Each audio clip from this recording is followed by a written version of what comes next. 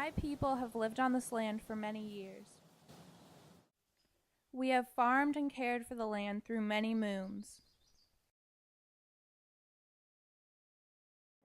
My ancestors and my ancestors' ancestors lived and died here. Unlike the palefaces who have been trying to take our land and our people.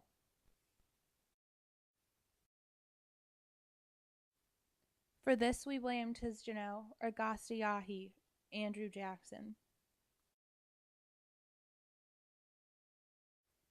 John Ross has called another tribe meeting. After the attack today, no one is surprised. He has been meeting with Chief Ridge more and more often. The spirits will help guide us.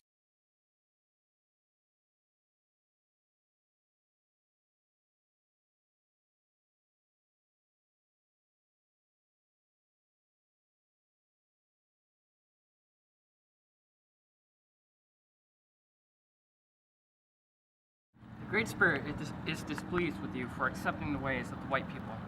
You can see for yourselves. Your hunting is gone, and you are planting the corn of the white men. You yourselves can see that the white people are entirely different beings from us.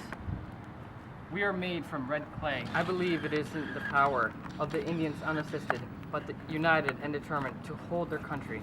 We cannot expect to do this without serious losses and many privations, but we possess the spirit of our fathers and are resolved never to be enslaved by the inferior race and trodden under the feet of an ignorant and insolent foe.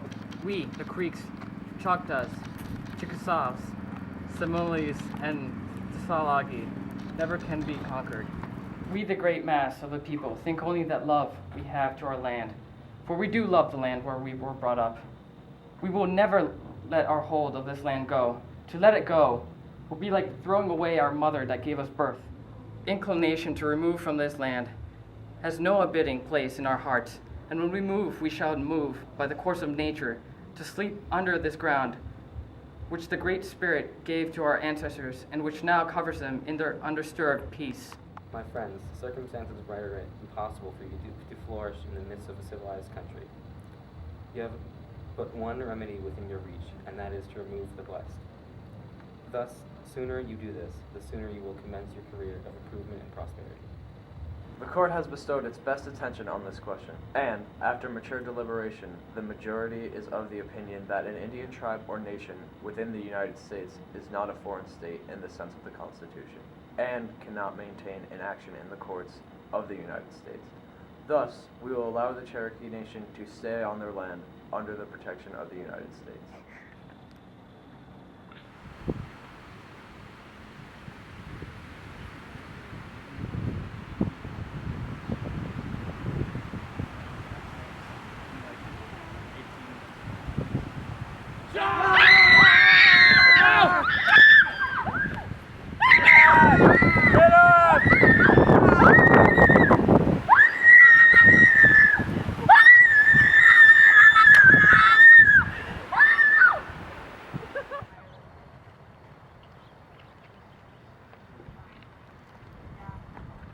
Go.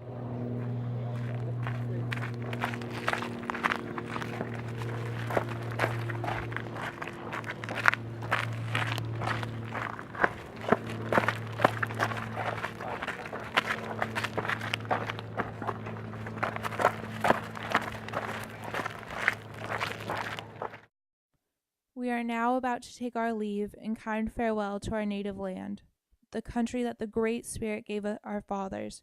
We are on the eve of leaving that country that gave us birth. It is with sorrow we are forced by the white man to quit the scenes of our childhood. We bid farewell to it and all we hold dear.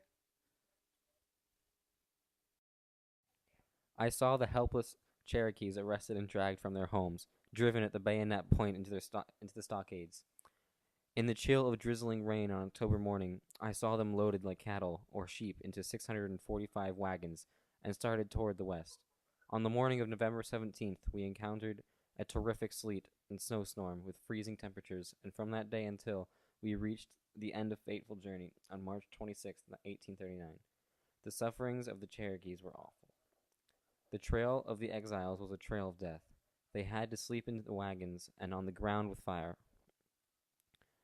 And I have known as many as 22 of them to die. I had no choice. It was my life or theirs.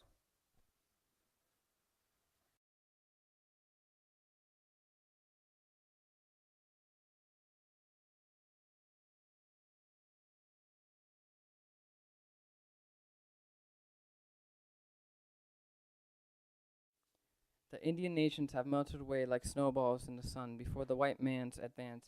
They leave scarcely a name of our people except those wrongly recorded by their destroyers.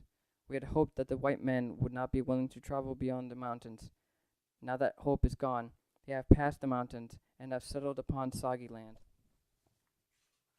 Finally, the whole country which the Sagi and their fathers have so long occupied seek refuge in some distant wilderness. Without any further retreat available for the miserable Sagi, the extinction of the whole race will be proclaimed.